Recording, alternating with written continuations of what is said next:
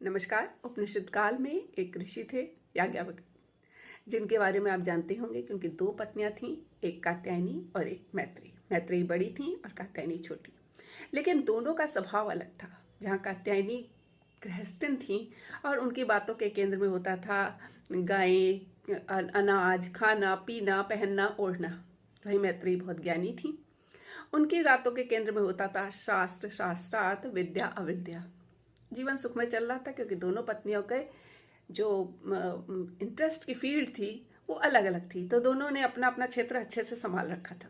लेकिन जब याज्ञवल्क्य ने कहा कि मैं अब इससे आगे की यात्रा पर जाना चाहता हूँ, तुम लोग जो चाहे मुझसे मांग लो, तो पहला अधिकार छोटी पत्नी को दिया गया और उसने कहा कि ये जो आपकी 1000 गायें हैं मुझे ये चाहिए, ये जो आपके भंडार में, रसोई में, भंडार में जो अन्न भरा है वो मुझे चाहिए, ये जो आपकी और इस्तेमाल की गई वस्तु है वो मुझे चाहिए। ठीक है, ले लो।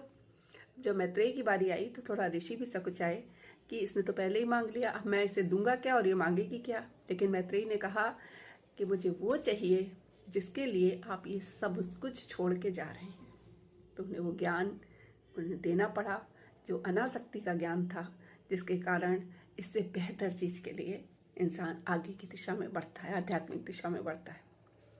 अब इसी कथा को ले आते हैं महाभारत काल में। कृष्ण लेटे हुए हैं, दुर्योधन अर्जुन आए हुए हैं और कह रहे हैं कि हमारी मदद करो। तो कृष्ण कहते हैं एक तरफ मैं रहूंगा, एक तरफ मेरी सेना रहेगी। तो दुर्योधन जो है सेना को चुनते हैं और अर्जुन कहते हैं मुझे तो आप चाहिए। अब इसी को लेकर के आते हैं कथा को कलयुग काल में, और मुझे एक फिल्म का गीत याद आता है जिसमें वो कहती है, यार दिलदार तुझे कैसा चाहिए, प्यार चाहिए या पैसा चाहिए। अब वो लड़की कहती है पैसे का क्या करना है, तेरे लिए जीना है, तेरे लिए मरना है, लेकिन प्यार के लिए भी पैसा चाहिए। अब ये तीनों में चयन है और उसी के हिसाब से रिजल्ट है।